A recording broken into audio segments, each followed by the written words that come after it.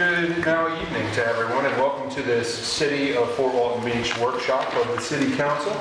And thank you for being here. If you are in attendance with us, if you could please mute your phones or put them on vibrate, silent, etc. We will have a brief discussion of our city's annual budget. I believe we will turn it over at this point to Mr. Jason Davis. Yes, thank you. So again, this is probably 12, 13 slides. I'm going to guesstimate a 30-minute discussion based on, it's really just the status of where we're at right now. The first 3 weeks that we started working on the budget, we dedicated to getting the payroll under the 3%, and I think we're sitting at ballpark 2.83. But that's going to allow us to put some money towards incentive pay for staff to go get specialized certifications, and that'll work towards our strategic planning and moving succession planning, sorry. So it was just, took us a few weeks. 8 iterations, and that took about 3 weeks just to get that in. But that's good to go now. We have the capital request, but I mean, again, this is as we're concurrently working on the strategic plan and editing that to, based on council's instruction, there's just some things that are missing. I got the second quote for the nets today, so there's two quotes for the nets at the Preston Hood. Some Ferry Park improvements that we've discussed. Around the mound, we got to be creative with that, with a half cent that we're going to probably have to dip into that. Miss Councilwoman Riley took me out to Gap Creek the other day, and we spent a good 2 hours out there learning that environment. So there's just a lot of things that are not even captured in this budget, and we're still ballpark $9 million over with our current status. So let's see slides. 2026 payroll, like I said, 2.83, and that includes everything, including the fire contract was renegotiated. General fund operating expenditures decreased 2.35%, so still got some work to do on it. Budget breakdown, I'm not going to really bore you with this slide. Those are your operating funds there.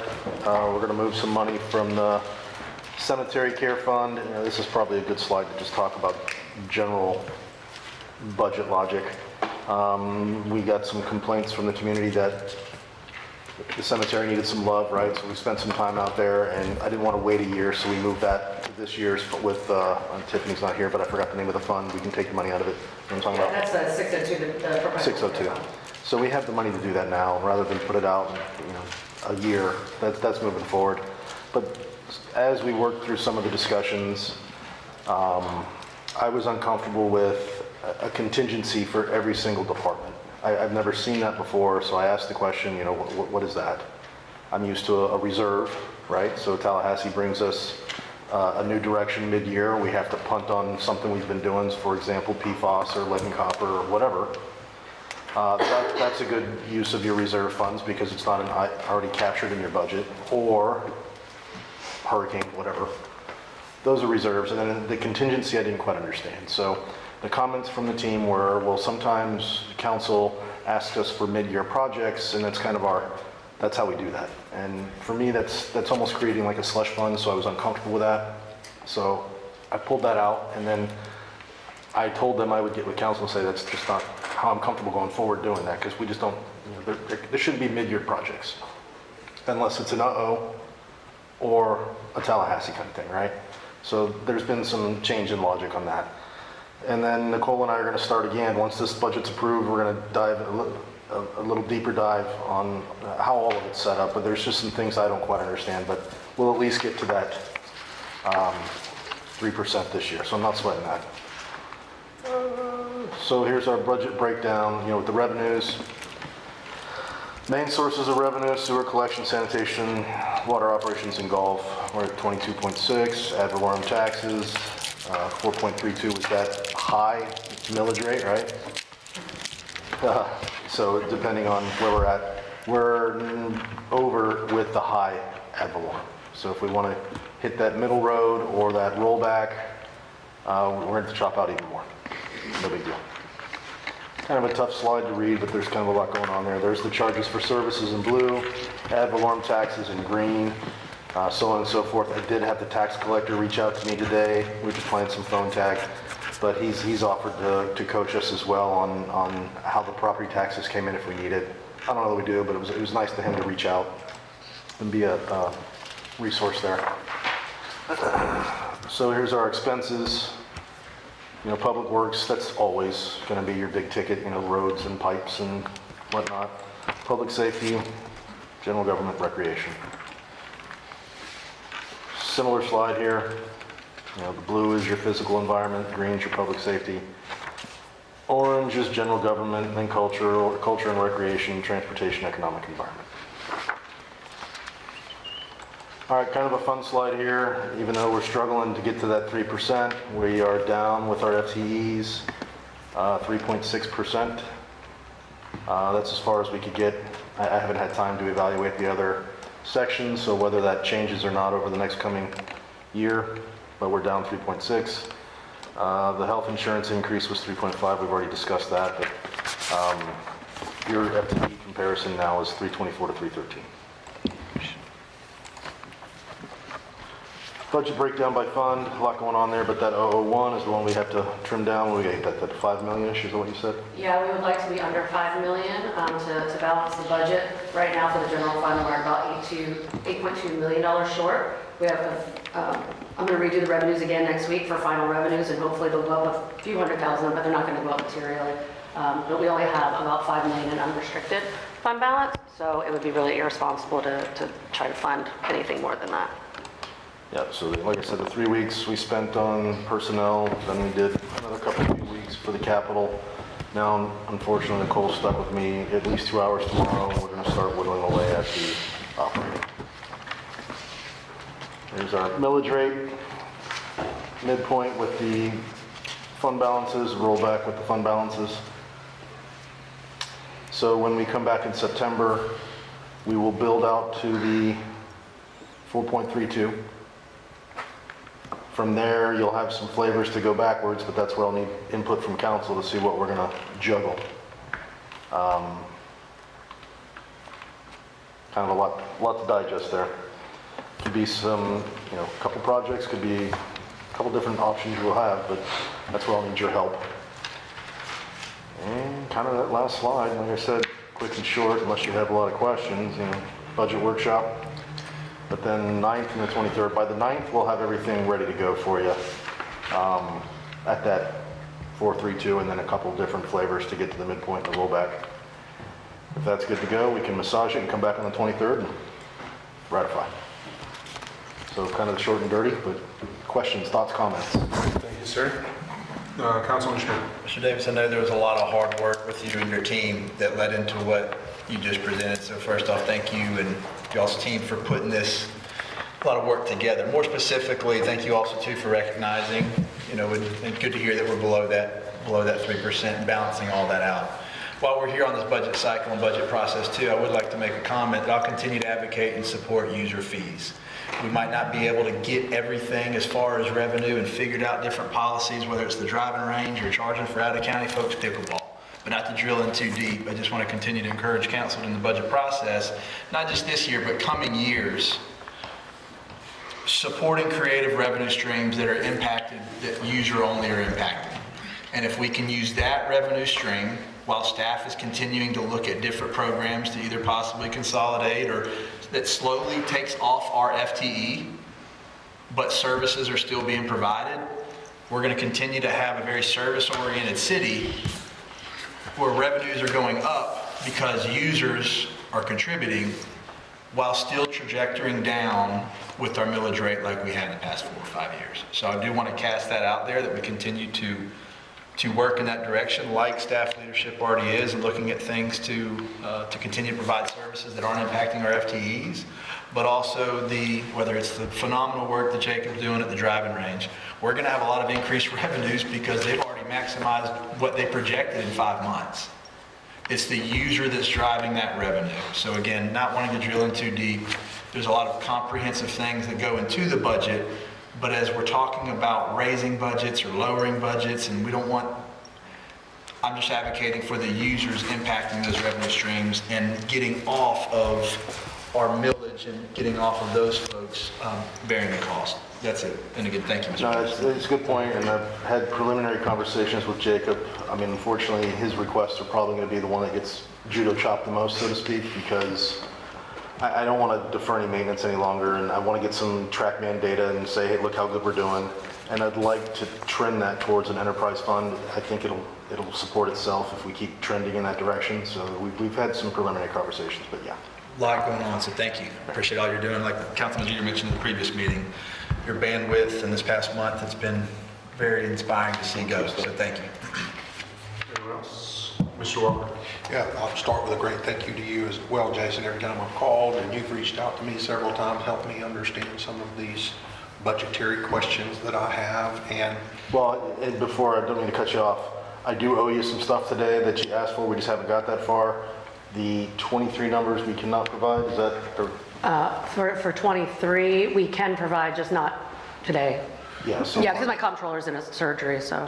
Okay. And you said Cognos or something like that? Yeah, no, that's our software system. He Okay. builds like the reports in there, and then I don't know how he builds it or what he does, or, I didn't know if that was a typo or what, but yeah, thank you. It wasn't needed for tonight, obviously, as we come, because you know, one of the things that I'm going to ask for clarity at this time, because I've spoken with you about it, and I think I've asked Jeff about it as well, but the clarity that I'm looking for, and I want to see a nod of heads, I guess, the baseline budget year that this 3% charter amendment is the 23-24 budget. Is that? yes. And I can provide the 23, 24 numbers to you. Okay, because that's where my lack of clarity was coming from, because things happened so quick on a series of votes here that we had was a 24 and then rescinded it and used 25. So what were those motions about related to the charter amendment implementation? Can anybody? So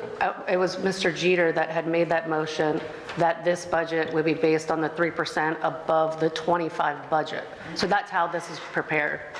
Because before they were saying actuals 24, but when you made the motion, and just if I'm wrong or what I'm saying. You're right. Yeah. The first December vote was to use, I believe, the 23, 24 numbers as the baseline, and then it was in March or April, maybe May. You moved to rescind that and use 24, 25 as the baseline. Correct. And so that's where that's left off, and I didn't. And we I don't prepared know this if that's budget on what that. you used or not. Yes, we prepared this budget based on the fiscal year 25 budget. And so that kind of dives back into my lack of clarity. I asked the question to you, Mr. Burns. You may have emailed it to me, I texted it to you, but I asked, can council by majority vote change the charter? No. Okay, so, right, no. And so by the charter amendment passing and saying that the prior year's actuals numbers will be used, which established the baseline budget year, which was 23 and 24, there's no action up here by this that can change that, correct? The referendum occurred in November of 2024, and so it was already in the next fiscal year at that point in time. So then the first time it would be implemented to adopt a budget would be that next budget cycle. And so if it would have been, the referendum would have occurred prior to the end of the 23-24 fiscal year, then you would be right. But since the fiscal year, the new fiscal year had already started, then council had discretion to choose which one to use, and because they can choose how they want to implement it. And because the 24-25 budget was already underway, there would have been no way to really go back and totally, because under the logic there is that as soon as the amendment passed, they should have used the 2023-24 numbers to come up with this budget we're in right now. That would have been impossible to do at that very moment. So the only reasonable way to read it is that it would be used for this first budget cycle with the prior year being 24-25. Well, we clearly have a disagreement on that, and I've made it clear to you that, and I want to check, and is tonight's workshop, are there no motions to be made tonight, or can motions be made? No motions can be made. Okay. I just want to read for the record once again the This passed in November of '24, and you're saying that the logic is that since there was 2 months already of the new budget underway, that there was no way to adjust to meet the demands as made in the budget limitation charter amendment. You had discretion on how you wanted to implement it at that point. Well, and when the voters tell council or the body and pass the measure, that's what I was asking. Can council by majority vote change the charter? That was entered into the charter. That language right there was entered into the charter 2145. And it says that effective at that time, it would use the prior year's budget's actuals. The only actuals that we had in November of '24 were the actuals from the budget of '23-24. So to think and suggest that the voters said, well, I want you to go forward a year and then look backwards is, not logical to me. The only actual, and the word actual is used, year's actual expenditures. It doesn't talk about budgeted expenditures. I think you're looking at the ballot question. That's not the charter amendment. The ballot question then aligns with ordinance 2145, which the people passed and voted to use the prior year's actuals. And it's okay if this body is going to say that it did not adopt and implement the baseline budget year of 23 and 24. That's what I want to hear from The charter amendment that the public passed was a process for coming up with the budget. The budget had already been calculated for the 2024-25 year. So the next time you're going to undergo the process would be the budget cycle that y'all are on now. So you would use prior year. If y'all would have insert the number 2023 instead of prior year, say we're going to use 2023 actually in what passed, then that would be a logical argument that you're making. But because the process had already been undergone for the 2024-25 year prior to the passage of that amendment, then the first time you're going to actually implement the amendment is when you're coming up with this current budget, which you're doing right now. And so the prior year would be 2024-2025 because you're about to pass the 2025-2026 budget. Mr. Burns, can I ask a question in this as well? Because Mr. Walker, I always get confused on this piece as well. After this passed, and then it was brought back to council, there was language that was not clear by the language that was on the ballot for people to vote. And then at that point, we had meetings and the council decided, yes, we want to use the term actuals and this is the date that we want to implement them by. That was not voted on by voters to go into the charter. That was the discretion of the council with a vote to say, we want to implement it at this time and we want to use actuals versus budgeted. Is that not correct? That's correct. They were implementing. By that same reasoning, that's what Mr. Jeter's motion to change that implementation, and that was the same style of motion that was made right after the charter amendments had passed. Correct. When that council, a majority of them said, this is how we want to implement them, and this is when we want to implement them. So when he rescinded that, he rescinded it and then made a new motion and changed that information by the same exact process that the previous council had implemented those charter amendments. Correct. And neither one of those were changes to the charter. Either one. Correct. So the question, can the council change the charter, is not valid in this discussion because the answer is no, as you stated. But the council absolutely can change the implementation of this, which is what they did right after the charter amendments were passed originally. Correct. Okay. Fair enough. Because I always get confused on that as well. And that's why I went to the charter itself and trying to figure out how the clock is built. And when it was implemented, it was November of '24, and it says without prior this is the actual charter language, not the ballot language. Ballot language uses the word actual expenditures from the prior year, but going to read the actual charter, section 35, without prior referendum and approval, those annual budget expenditures hereinafter referred to as the limited expenditures shall be limited to an increase from the prior year's expenditures in an amount which is the lesser of 3% or the percentage change in the CPI. So as I've said, guys, and I would love to see a, I think we're outside of the bounds of it. There's a disagreement, but I mean, there's a lack of clarity, which is a disagreement. So I would love for us to, as a body, to give a head nod to Mr. Burns over here, not maybe a vote, but to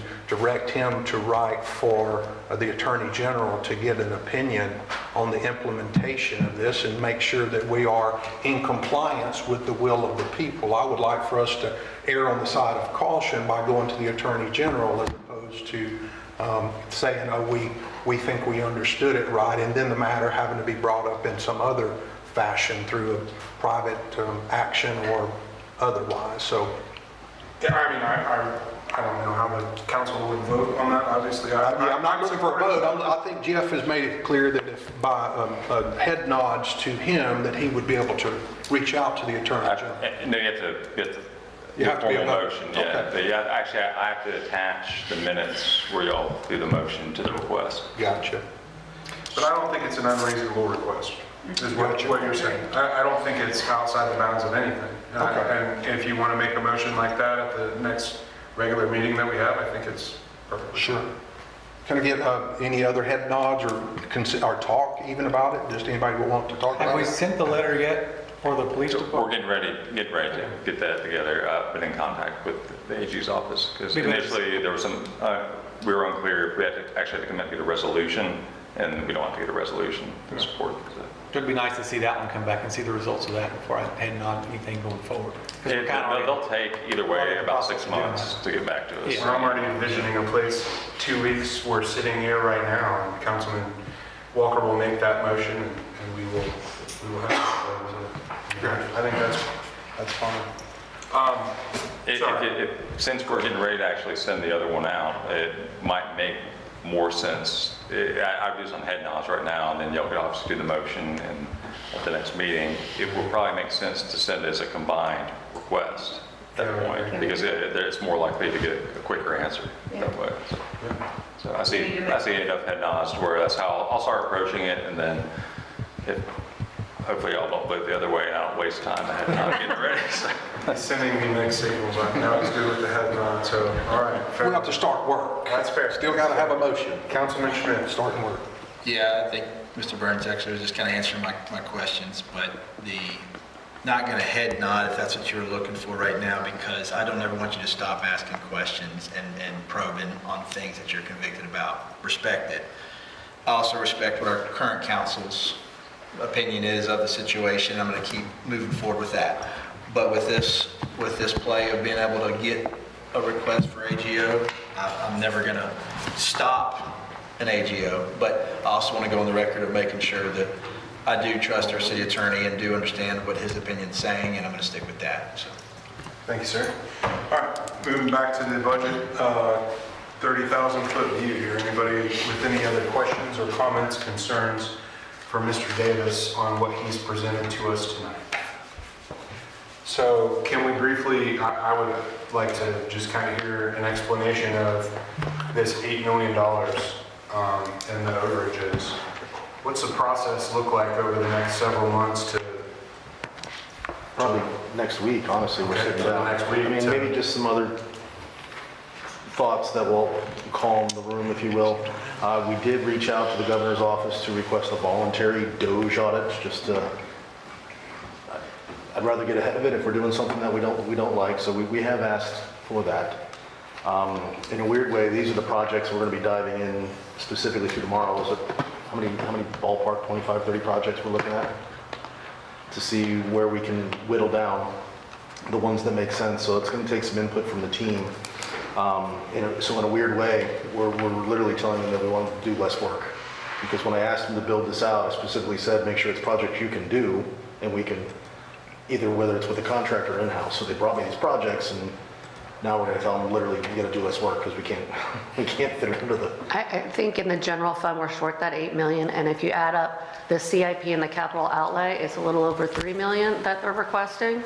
So we're just gonna have to play along, play a lot with it. Yeah, and then the last thing, just a logic comment, that's kind of what always drives me and what we're doing. I don't even know how many hours of staff labor we've put into just addressing the payroll portion of this.